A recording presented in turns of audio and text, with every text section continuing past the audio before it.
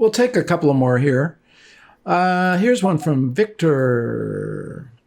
Seeing as most photography in the online space is very narrow in its story and context, how could one approach a project that makes it interesting for an online audience?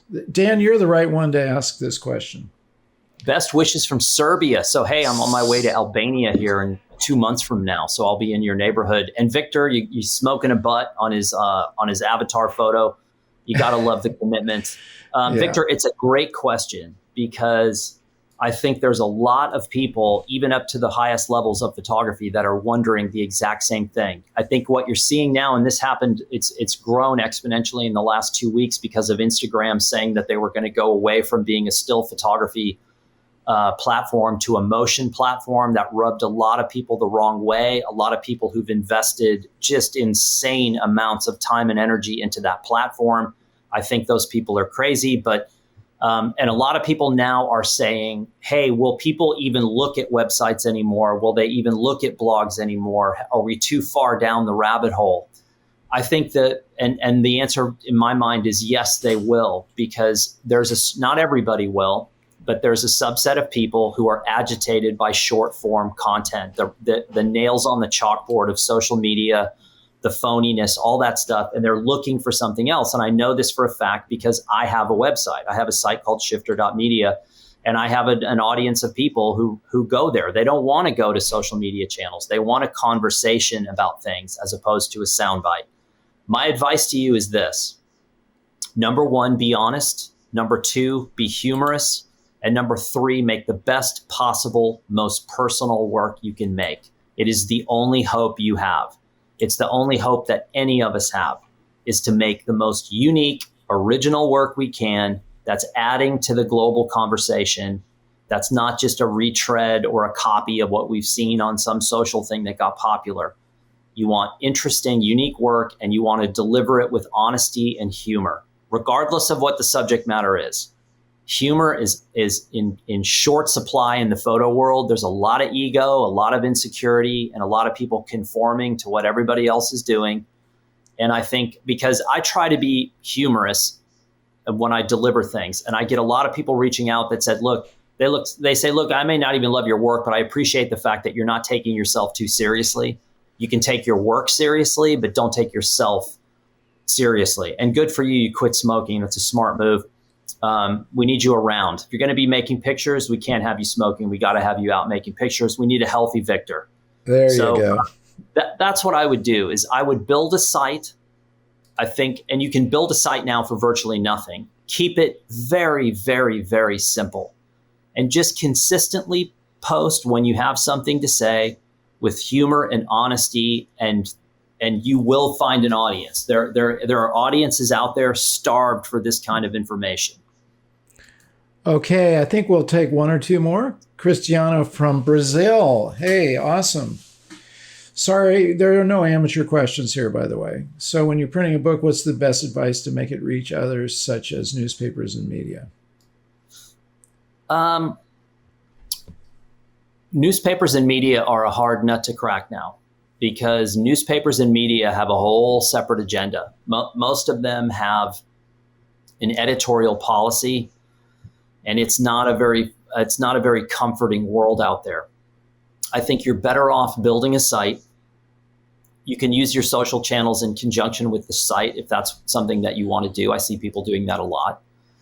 But I think you're better off building your own audience and finding there is, with the internet, you have a direct connection to a global audience, and the global audience is far more forgiving and far less fickle than the media and newspaper world is.